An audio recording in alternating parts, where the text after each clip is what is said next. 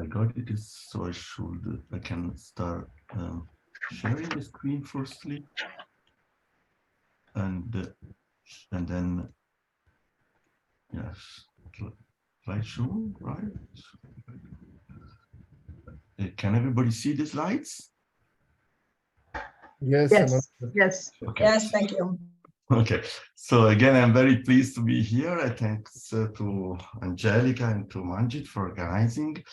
I'm very pleased in particular to share this with Walter, my long-lasting friend and colleague. And since this is actually also an occasion to present different groups, I will briefly introduce my group, which is in Trento. Everybody knows, of course, the GSI group. And so the BioMedical Radiation Physics research team in Trento, which is been established a few years ago as a kind of distant metastasis of GSI, since several people there are coming from there.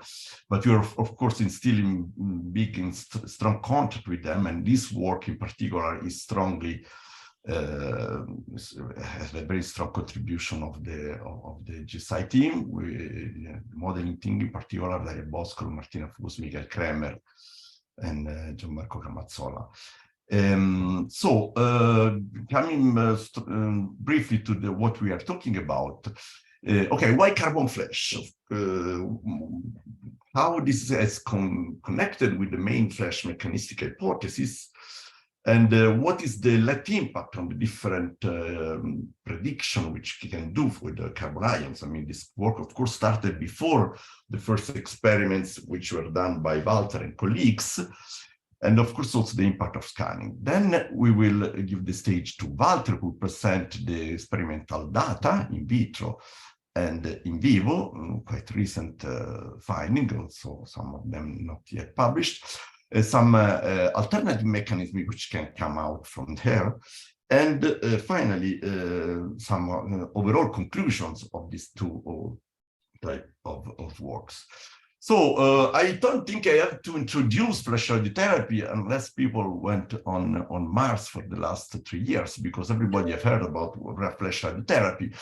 But basically it's a biological effect which is revealing an unchanged tumor control when we give a given dose rate in a very fast delivery way, and but we obtain a kind of shifting of the anti-CP curve, so a kind of protection on the normal tissue. So this is actually the dream of radiotherapy in general, because we can get an increase of the so-called therapeutic window, also called the tumor control without complication. And of course, attracted a huge amount of research in the field, which is now exploding in a special way day by day. What are the problems about that? Well, the dose rate dependence in radiobiology has been characterized quite a lot in the low end. So we know quite well what happened according to radioprotection studies in the low end of those rates, in the low, very low dose rates. And actually, this is quite clear because we have an increase of this dose rate effectiveness factor. So the amount of dose which is needed to get a given effect. And this is also very nicely understandable from the mechanistic point of view. We have a lot of models, microsymmetry based and many others, that can really clearly explain this effect. What is much more difficult to explain is what happened in this high dose rate regimes. Also because this is differential. This is basically equal to 1, this kind of dose rate effectiveness factors for tumor, while becoming larger than 1 for normal tissue. This actually at the present time we don't understand, despite a lot of accumulating evidence. So why carbon flash in this context? Well, we have a lot, there are some trivial reasons and some non-trivial reasons for dealing with this carbon flash. Well, this is the balloon debate which has been held. Many people here have listened in FRPT. And people, eminent scientists were proposing the different modalities which we have at hand, protons, photons, and electrons with very high energy electrons, as a possibility to exploit the flash. And as you can see, the debate is was very active, and it's not clear what is the more close to a clinical translation between these three. And there is a lot of research in that. So why dealing with another modality? Of course, no competition with these ones. But there are some obvious reasons for that. Of course, we can have a possible realization of a dream beam for radio-resistant tumors, so joining the HILT and the radioprotection effect. But we can even go further. We can explore even larger Z ions, reducing the impact of the fragmentation. And finally, the less trivial one is that we can test some of these mechanistic puzzling hypotheses. Exactly trying to see when it is verified when we increase the LET, since of course the LET which is explorable with proton is very limited. Okay, so this is one of the first framework which we put together with Uli Weber and Marco to describe what happened with the different particle type when we deliver flash radiation, and how this type of radiation delivery, explicitly in a flash pulse, can correlate with the time scale of the different mechanism, different phases or stages of the radiation action. Not only the time scale, which is always reported, but also the spatial scale has a very important role. And we will see that in particular for carbon, the spatial scale is very relevant. And we will see that there are these two regions here, the chemical state and the homogeneous chemical stage, which are quite important and relevant. So there is an explosion of different works which try to address explicitly this mechanism, trying to deepen in this stage. And in particular, these three ones are strongly related to the radiation chemistry. I will go a bit in the detail later on. What is very striking is all this undersample of the works that have been done, but actually this is just in the last 3 years. So very lot of works trying to address this issue. There are among that, of course, there was our work with GSI and TIFPA, where we try to develop how an extension of our radiation structure code, including in particular the oxygenation explicitly, in particular to exploit the impact of oxygenation, which was considered to be one of the major driver of the effects. And these are a series of work which culminated with this work of the last year, my oxygen depletion explained the flash effect. And actually what we found in particular in applying this model to the published results in vivo, where a positive effect was found, that the amount of oxygenation which could be reduced by the delivery of radiation in the condition of the experiment was extremely low, and the dose modifying factor which could arise only on the basis of this transient hypoxia was quite small. There were also a lot of measurements afterwards. Actually, this nice work by the group of Joao Seco, Janet Janssen, where actually they verified our data with the measurements of oxygen depletion, but also there was an interesting accumulating evidence that the fact that even the increase of dose rate could reduce the impact of the depletion. And actually, this was also reporting the impact of the medium, which is quite limited in increasing, at least not in order of magnitude, which will be needed to explain the effect.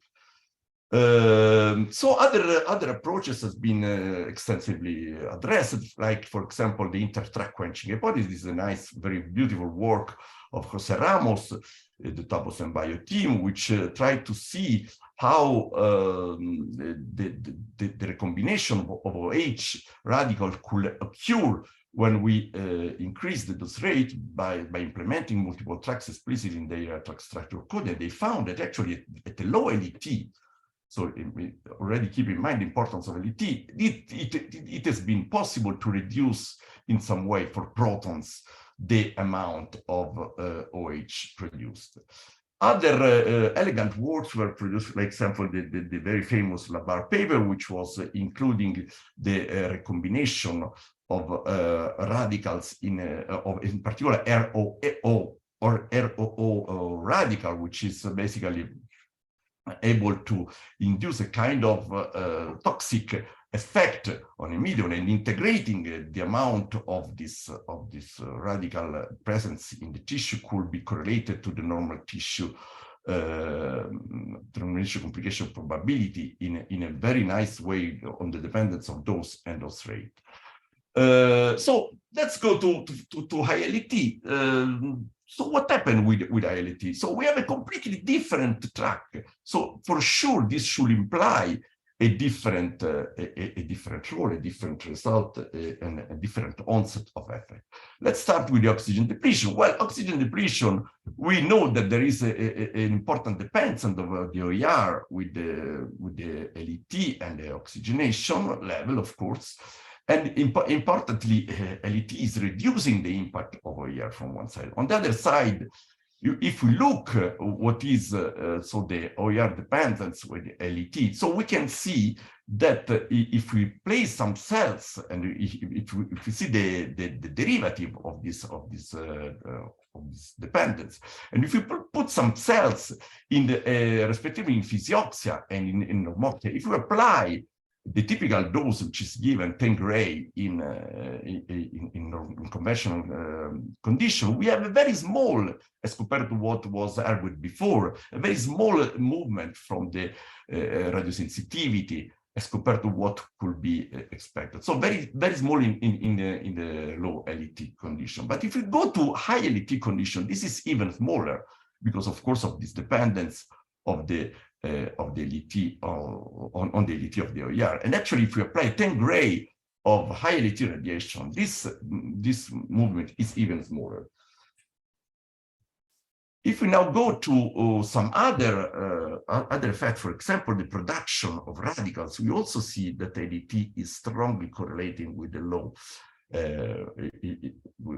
impact in comparison to low LET. So also from this point of view, it seems that should not favor the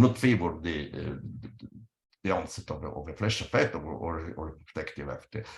As for the protective effect, also the escape fields at different LET is quite relevant. For example, if you see here the surfactant electrons which remains after a given time is drastically different in different condition of LET. So also for this case, the LET changes quite importantly the effect. So some people also suggested a different effect using an alternative approach based on the oxygen in track hypothesis, that actually in low LET we can have a protection on the normal tissue, while in high LET there could be a sensitization on the other side of the tumor for same effect on the normal tissue. And this is based on the production of oxygen in the tract.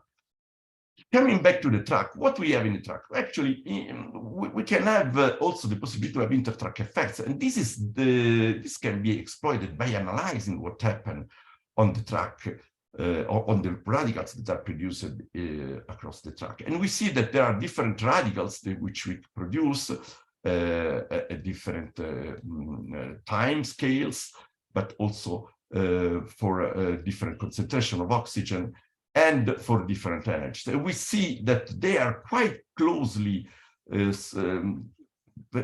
close to the center of the tract. They don't go farther away. This is the typical effect of the high LET radiation in comparison to the other one. And if we want to explore this, we also developed, I mean, this is the work of a PhD student, Gianmarco Camazzola of GSI. And in order to go farther in time, so to see if at longer time we can even see some extension of this track, there is this extension of basically an analytical reaction diffusion model to see what happened at very long time scale. And this is actually matching very nicely with the Monte Carlo at some transition point. It can give us an idea of how the track propagates. Then applying this, we consider the exact same condition of the experiment that then later Walter will explain in detail the in vivo experiment on the mouse. And we saw that actually, if we consider the dose average dose rate, which is an approximation, or the more optimistic approximation of the dose rate, which is verified in a scanned setting of particle beams, and we consider this dose rate and the amount of radicals which are produced and the consequent distance that we have between different close by tracks, we see that the two halo of radicals are very far away between each other. And even if we apply the extension and we go to farther time scales until 20 microseconds, which is actually a time where we consider that the chemical stage, at least the heterogeneous stage, but even part of the homogeneous stage, there is actually a negligible interaction between the track, which go below the background level, for example, if here of H2O2. So this is just a kind of demonstration that what happened in this condition, in the condition which were verified in the experiment, could not be consistent with the recombination radicals. Actually, this is giving us a picture of very isolated tracks, which even if we change energy and we go to farther energy, is going even worse. So if we go, for example, to the part in the black peak, we have higher energies, and this higher energy correlates with a small increase of the radical halo, but we have an even larger distance between the tracks, which correlates with quite far tracks and even less interaction within them. As compared to protons, just to give you an idea, this is work done, some calculation done by Daria Boscolo. So there is actually a quite different condition. You see clearly that in case of protons, the interaction between the different halo of radicals is much, much more important. So we see that this irradiation with carbon manifests a very extreme condition where it's very improbable to have an interaction with the different radicals. Okay, so what else can be there? So before leaving the stage to Walter, which will go deeper in this, there are another important mechanism which has been discussed, which is the role of the immune system mediated effect. So what happened is quite simple.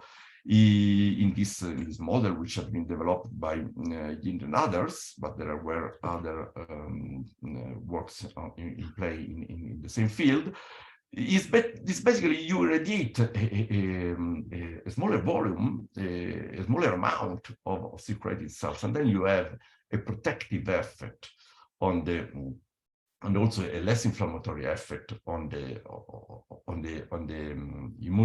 immune cells which are killed. So you have less immune cells which are killed, and then this could correlate with some protective effect related to flesh. And I leave now the stage to Walter. Thank you, Emanuele. If you stop sharing, yeah, thank you.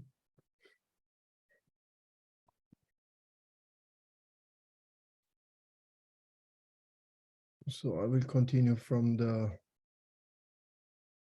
let's say, from the slide of Emanuele. Can you see it, Emanuele? Can you see? Yes, now? yes. Okay, perfect. Okay, so continuing from this slide, so as Emanuele said, of course, with flash irradiation, we are able to reduce strongly the irradiated volume and then to spare the immune cells. And then, of course, we have, let's say, more immune cells that can produce an effect on the healthy tissues, but also on the tumor tissues. And of course, there is less inflammation with flash irradiation. But then what happened on the tumor when we irradiate? So we see that essentially, after flash irradiation, we have, let's say, less cell death.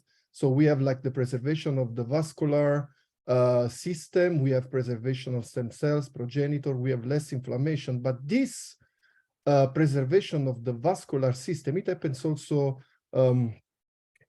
in the tumor. So you can see here, not irradiated tumor, conventional irradiated tumor, a flash tumor.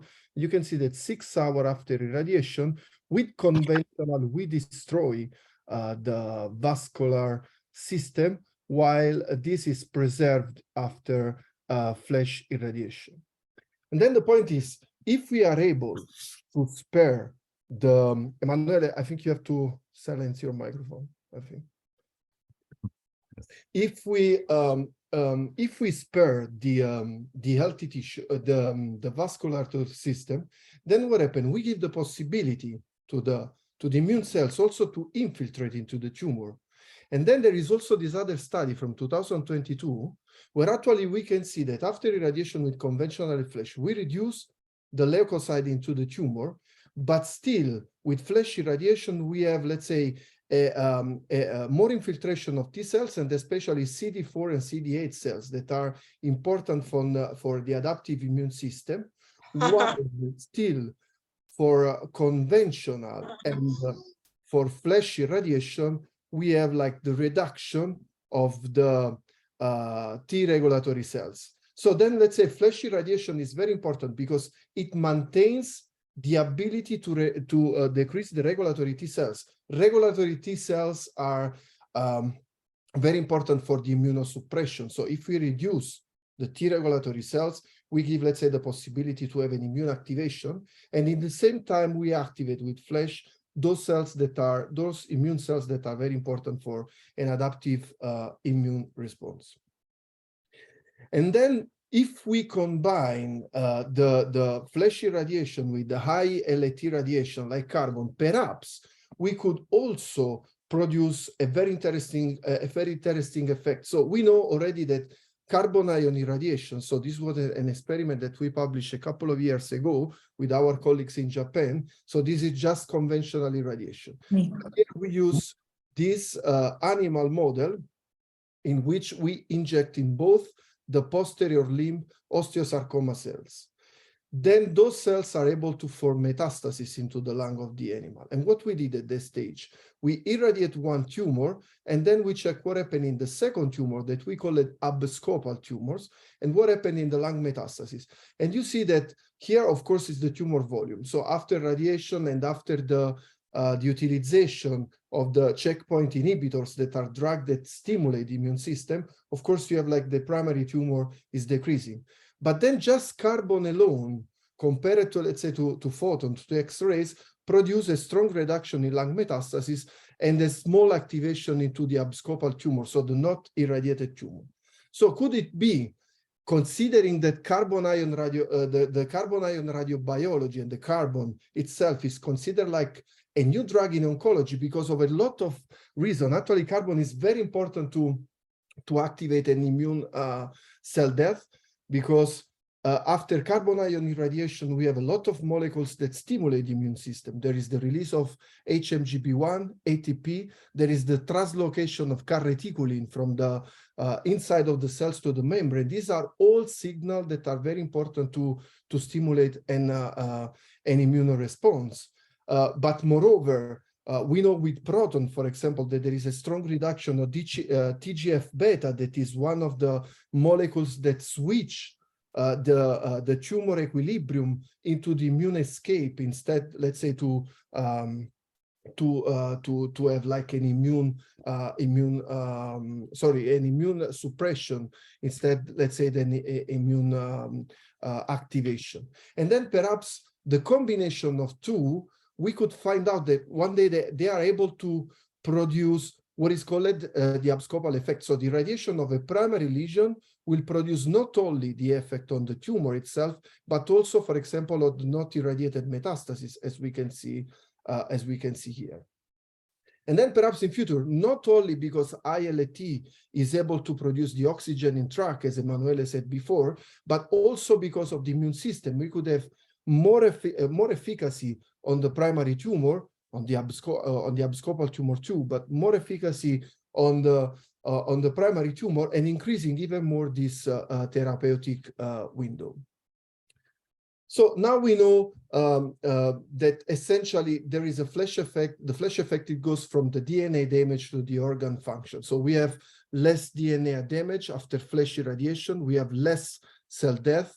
We have like the preservation of stem cells, progenitor cells. There is the protection of vascular damage into the healthy tissues and in the tumor, lower inflammatory response, and there is an organ function preservation after flash irradiation. But then now to go a little bit, let's say, in the opposite direction of Emanuele. So we know that oxygen depletion is not the effect. But oxygen, the impact of oxygen is in any case in flash radiation very important. So this is an interesting experiment in which actually the brain of the animal was irradiated with conventional and flash irradiation. And here was studied the novel object recognition. It's a very simple experiment. So the animal inside the cage has two objects that he knows very well. Then we substitute one of the objects with a different one. And now the animal, because the mouse actually are very curious, they try to understand, let's say, this new object. And this is what is considered the object recognition. So the time that the animal spend on this object. And you can see that after flash irradiation, so the flash irradiation compared to the conventional irradiation, after conventional irradiation, there is a strong decrease in the novel object recognition from the animal, while with flash, this is still preserved. However, if you make the animal breathe like air with a high concentration of oxygen, then you have again, let's say, the reduction of the novel object recognition. So there is an impact of the oxygen that is somehow very important.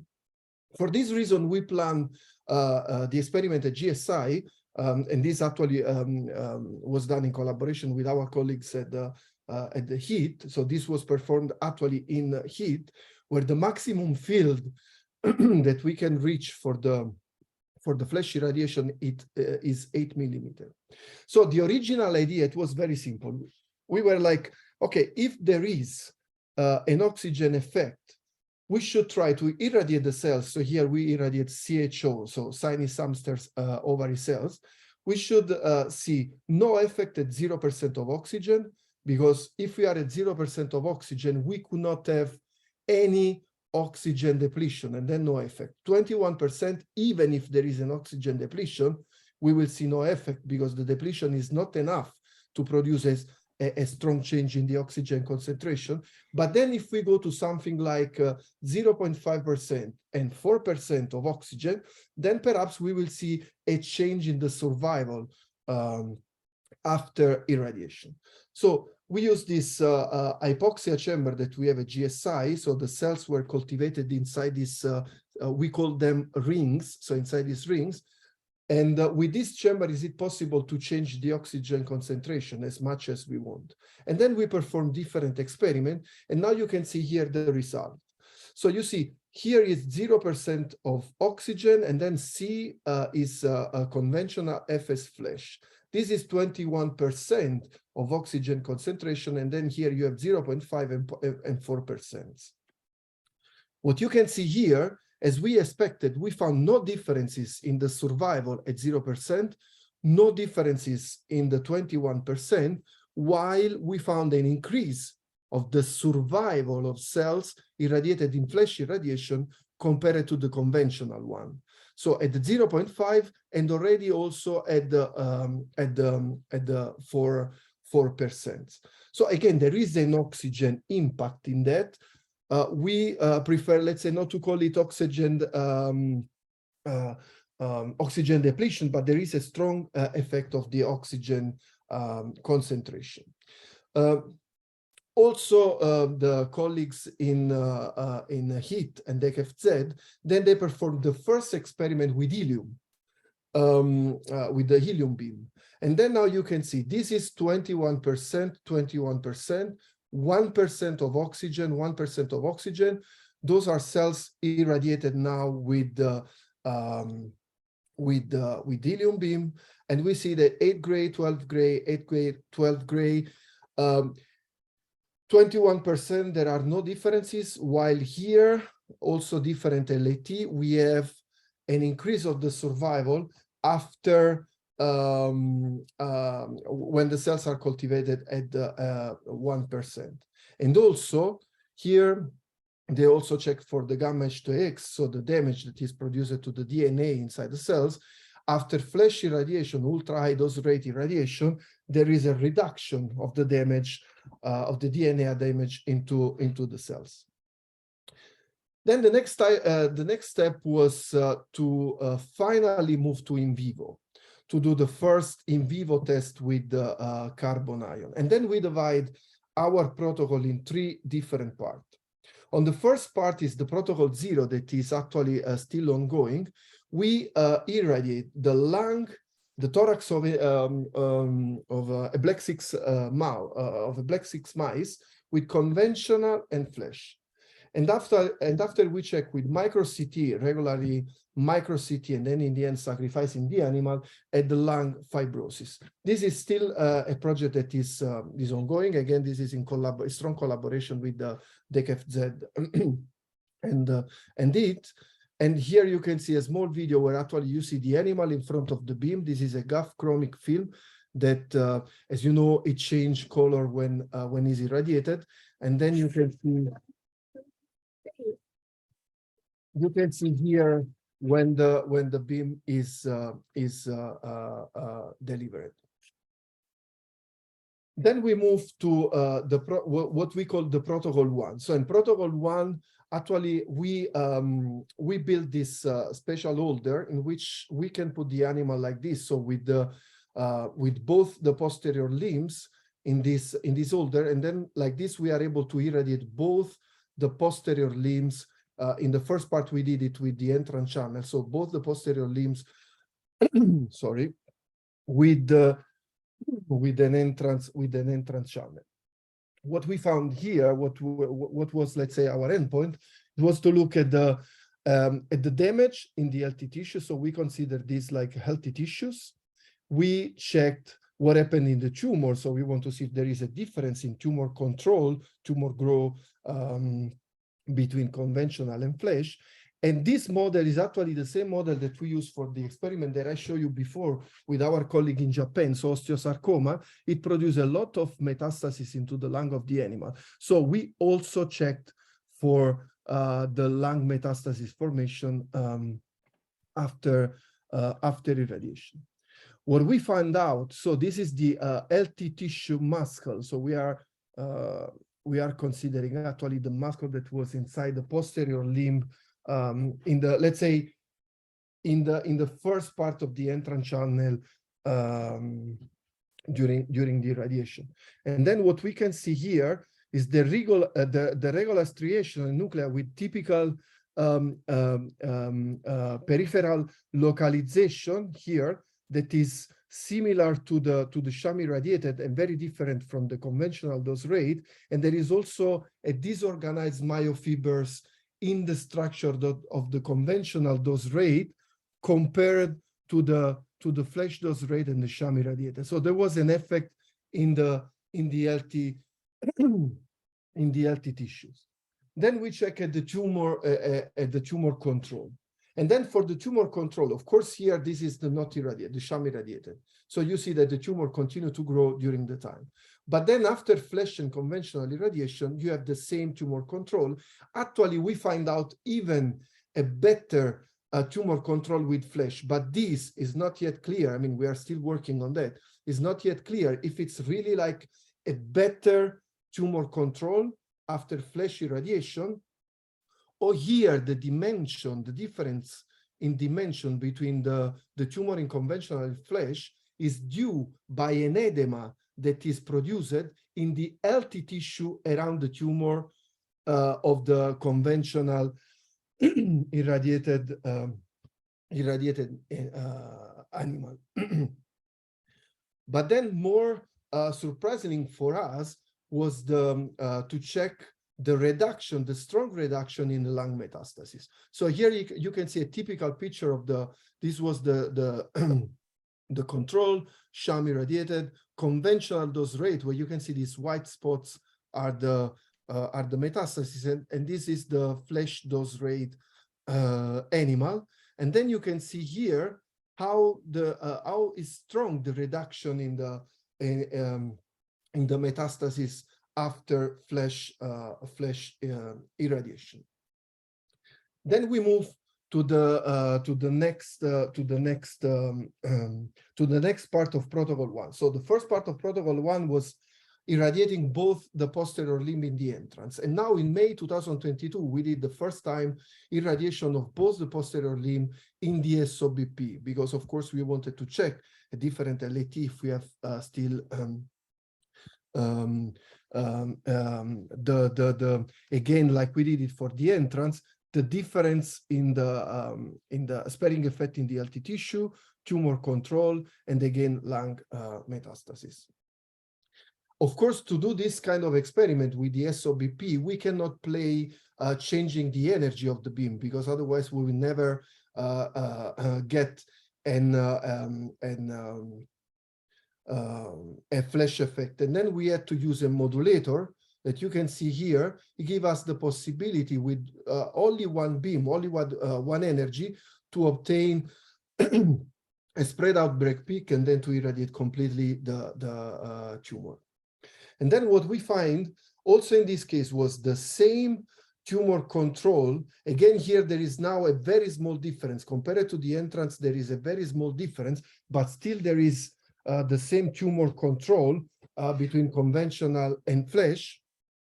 Also in this case, there is a reduction of lung metastasis, but you see already here for the conventional dose rate, that this is a data that we also found in this paper that we did in collaboration with our colleague in Japan. So already the SOBP conventional irradiation is able to reduce strongly the lung metastasis. So here actually we found no big differences.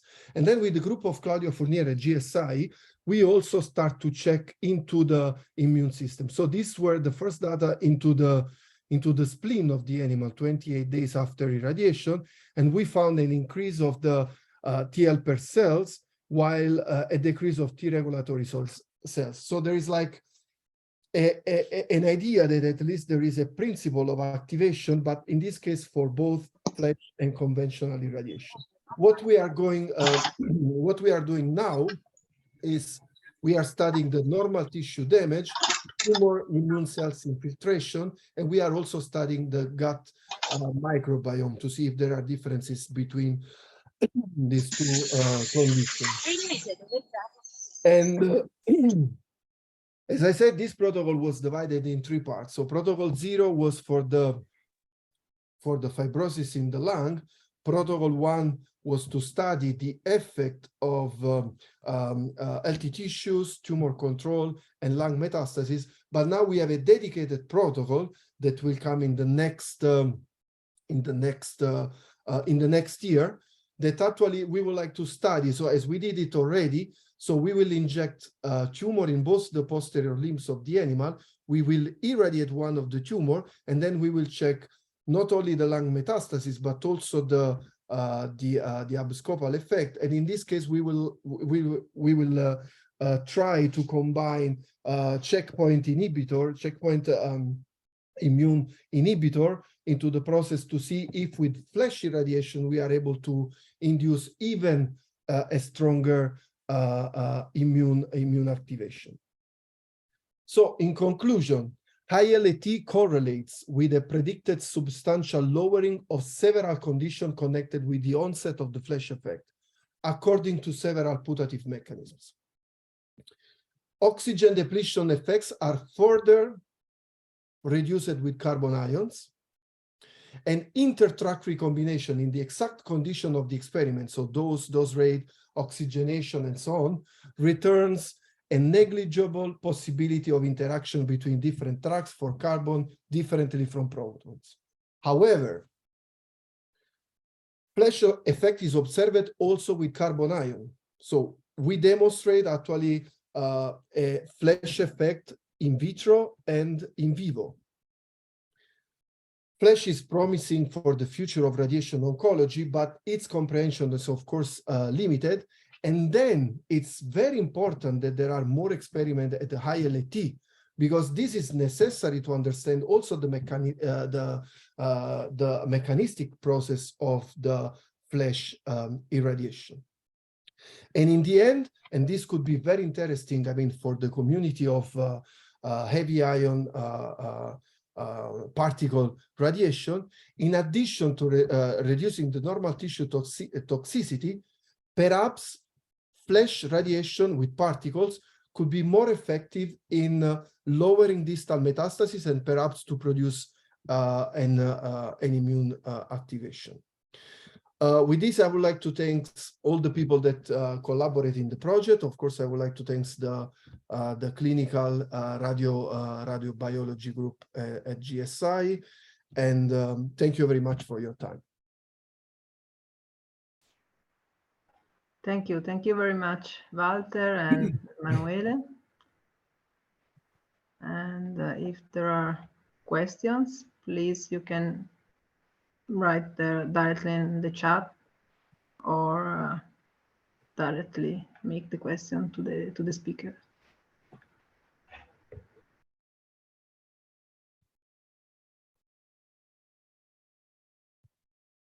Okay, we have a couple of them. I don't know who was the first one. Marie-Catherine. Yes, thank you very much. We're here with Huda, listening to you, Walter, and Emanuele. Thank you very much for the talk and the update. I'm probably very slow, but I'm sorry, I misunderstood how, with the intertrack hypothesis, you can end up with carbon ion being more efficient to kill tumors. I missed the point. Can you make it again for me? So I don't know. Hello, Helka. Yes. I don't know if Emanuele, you want to speak about that, but essentially, sorry, I didn't hear really how the intertract actually is showing somehow a carbon ion, a better carbon ion flash effect. Actually, sorry, maybe flash effect. No, I'm not even talking about the flash effect. Okay. But how would carbons be more efficient in killing tumors? How carbon ion could be, sorry? Would be more efficient in killing tumors. How will it sensitize more tumors? This is completely... bo to dyskusja już jest teraz. Sorry? Okay, so maybe I try to reply. Okay, so these are different points. So there is the larger killing of tumors is completely. You mean the approach where they found. Okay, I understand what you mean. So this is a work of Zakaria. Actually, it's actually not our work, but I just mentioned just for completeness, and also in relation to the fact that Walter found indeed some sensitization, which, as he commented, could be due to sensitization in the tumor, or could even not be due to that, but to some edema formation, which could be protected in the case of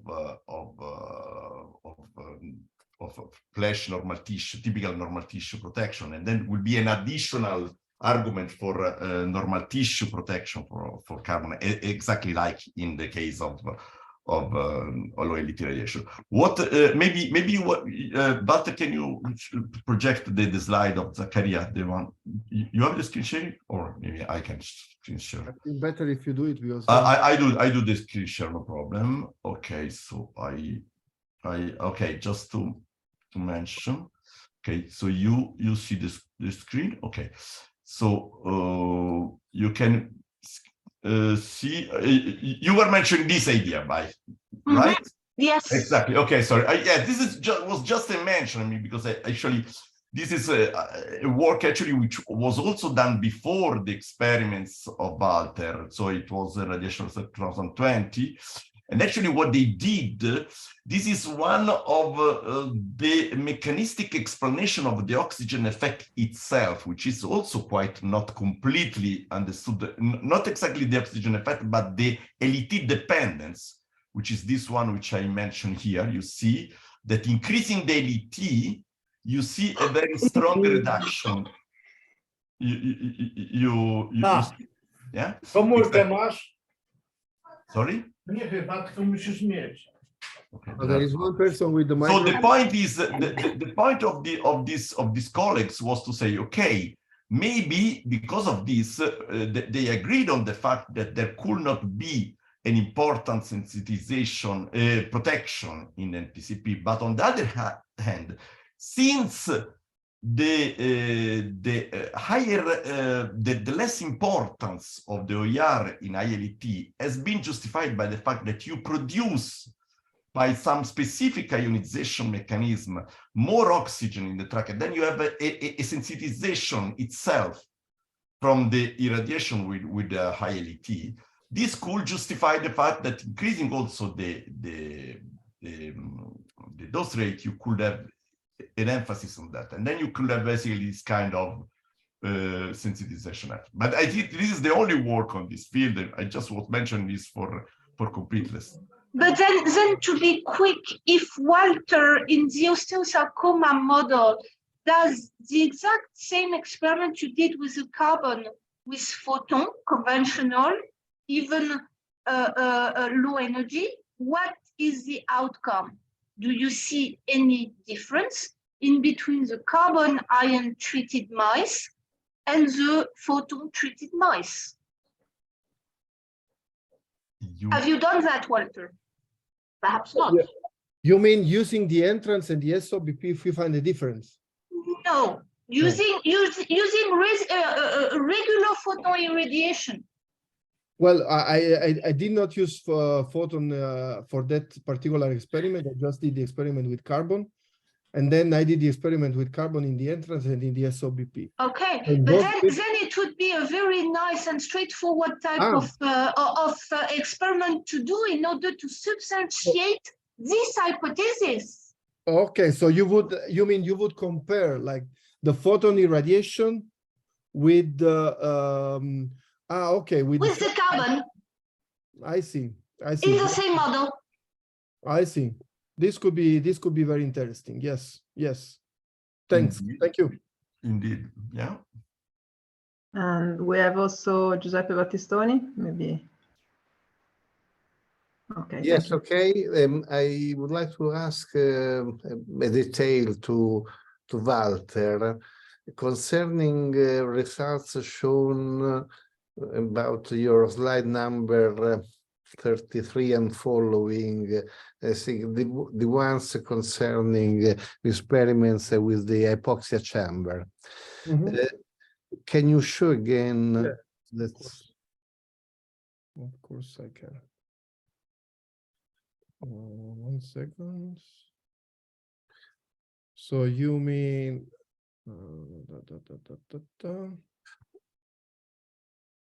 no, later, I think at least a 33, 34. Okay, yes. Yeah. So sorry, I wish to play a little bit the roles of the devil's advocate.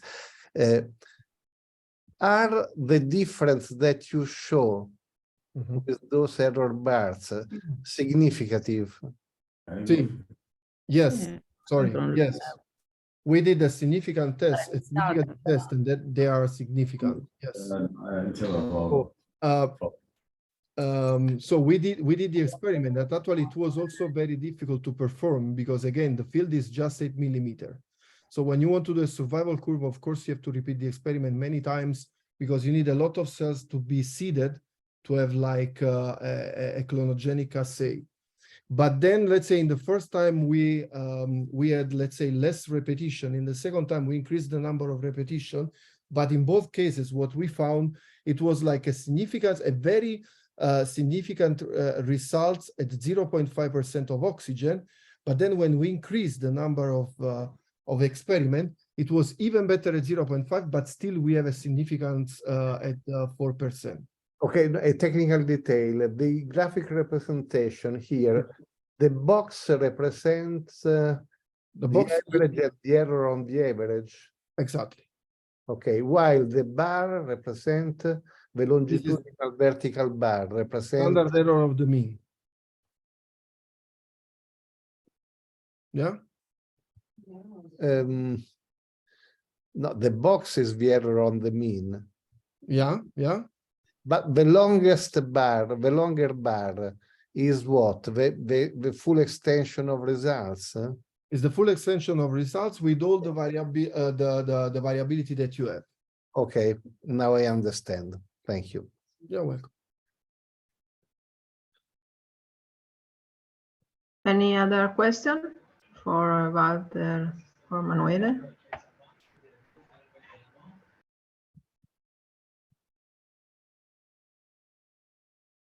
If there is no more, I have more a comment.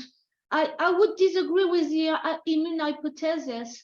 I mean, what we see in the Gold paper and in your data as well is that conventional versus flash trigger exactly the same immune response. So it won't be very easy to substantiate any relevance of the immune effect in the flash effect. Well, because of that, look at the Gold paper. When you compare conventional and flash, it's exactly the same, and it's the same in your data as well now, Walter. Yeah. No, you're absolutely right. I mean, again, this is something that we want to see in the protocol too. So this is something that we want to study, because for sure it's very interesting to understand if with the higher LET you have like an immune activation. But this is not something that we know at the moment. So this is an hypothesis. And of course, I mean, we don't know. Of course, I mean, in flash, as Emanuele already said, so when he explained, let's say with the higher LET, what would be the endpoint, essentially we should see no effect after higher LET radiation, but actually we saw something. So perhaps there is another mechanism that is not inside the four that Emanuele was explaining before. So perhaps there is still something that is very important, and we need to find out what it is. So perhaps a new experiment that is more concentrated also in this, I mean, could be very, very important for us. But you are right, of course. I mean, at the moment, there is no evidence about that. Yeah, this was just for mentioning. It was not a supporting. Yeah. Yeah. And we have another question from Arjun. Sorry for the pronunciation. You pronounced it right. Thank you. Okay. Thank you, Walter, and thank you, Emanuele, for the presentation. My question would be for mostly Walter. Like, as you have your work on synthetic torpor, so I wanted to ask if you have tried combining the work on flash and synthetic torpor by, have you performed any experiment where you try flash on any sample which you have undergone synthetic torpor through? Or do you plan to conduct flash experiments on organisms which have been undergone synthetic torpor? Thank you very much for the question, but no, I didn't try. And it's not, let's say, in the plan to use flash in combination with synthetic torpor, but there is the plan to combine the synthetic hibernation with cancer therapy using carbon ion. So this is something that we would like to test, and we will try in the let's say in the close future. But no, I mean, we didn't think about combining the flash with the flash irradiation. Okay, carbon and the C10 one. Sorry? The carbon 10 experiment, are you trying to combine with synthetic torpor or the traditional one? The traditional one. That is another project. I know there is a bit of confusion with different projects, but no, we try to keep one. Yeah.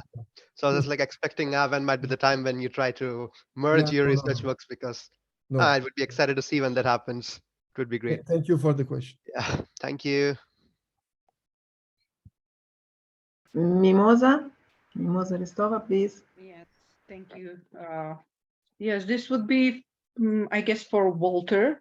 It occurred to me that it makes a lot of sense to compare flash with conventional and flash with carbon ions, and compare those effects would be most important for the future consideration as a therapy of choice. So are there any plans to compare flash X-rays and flash carbon ions and repeat all the experiments that you showed with this comparison? Yes, thank you for the question. This is something that at the moment, I mean, we were more concentrated on the carbon, because actually at GSI, let's say, this was something that we have the possibility, I mean, to use carbon ion. So we wanted to test first the carbon ion irradiation, and then we test the flash irradiation compared, let's say, to the conventional one. Of course, I mean, also before Catherine also suggests to compare also with the X-rays. And this is something that, of course, it can be done. In any case, we did not at the moment, and let's say it's not in our plan at the moment, but this is something that for sure we can add in the next experiment. And then perhaps, yeah, as we said before, it can be very, very interesting for us. Thank you for your answer. Thank you. Thanks. Okay, thank you very much. I guess we are perfectly on time, and I asked Manjit if she want to close this webinar. Okay. Yeah. Thank you, Angelica. Actually, thank you, Walter and Emanuele. Wonderful presentations and extremely topical, and it just shows how much work has been done, but actually how much we still have to do to be able to answer the type of questions particularly Marie-Cat had in mind as well. Okay, so thank you so much. I wanted to make one comment, and that is actually there was a huge number of registrations for this, and sorry, but somehow the Zoom limit for this link was 100, so we could only have 100 people. However, we have recorded this, and it will be on a YouTube channel tomorrow. So if any of your colleagues are wondering why they couldn't connect, please apologize, but I will send out the YouTube link as soon as we have it. And these things happen, you know, but never mind. And but anyway, thank you once again. And thank you. We will be sending you the next seminar speaker in the next couple of weeks. So thanks again. Have a nice Are we not having a family photo? Do we? Okay. All right. Actually, Angelica, do we want a family photo? Yeah, we can. I mean, I was. Okay, so could we please, sorry, just for a second, all of you put your videos on. So of course, we have to have a family photo. Thank you, Mimosa, for reminding us. So please put your videos on. Okay. Just your best smile, please. Yes, smile and video, please. Okay. I've done it. Thank you again. Thanks, Mimosa, for reminding us. Okay. And we'll be looking forward to the next seminar. And as I said already, if you have suggestions for topics or speakers, please do let us know. And thank you again for joining us. And thanks a lot, Walter and Emanuele and Angelica. Thank you. Thank you. Thank you very much. See you next time. See you next time. Thank you. Bye-bye. Bye. Thank you so much. Thank you. Bye.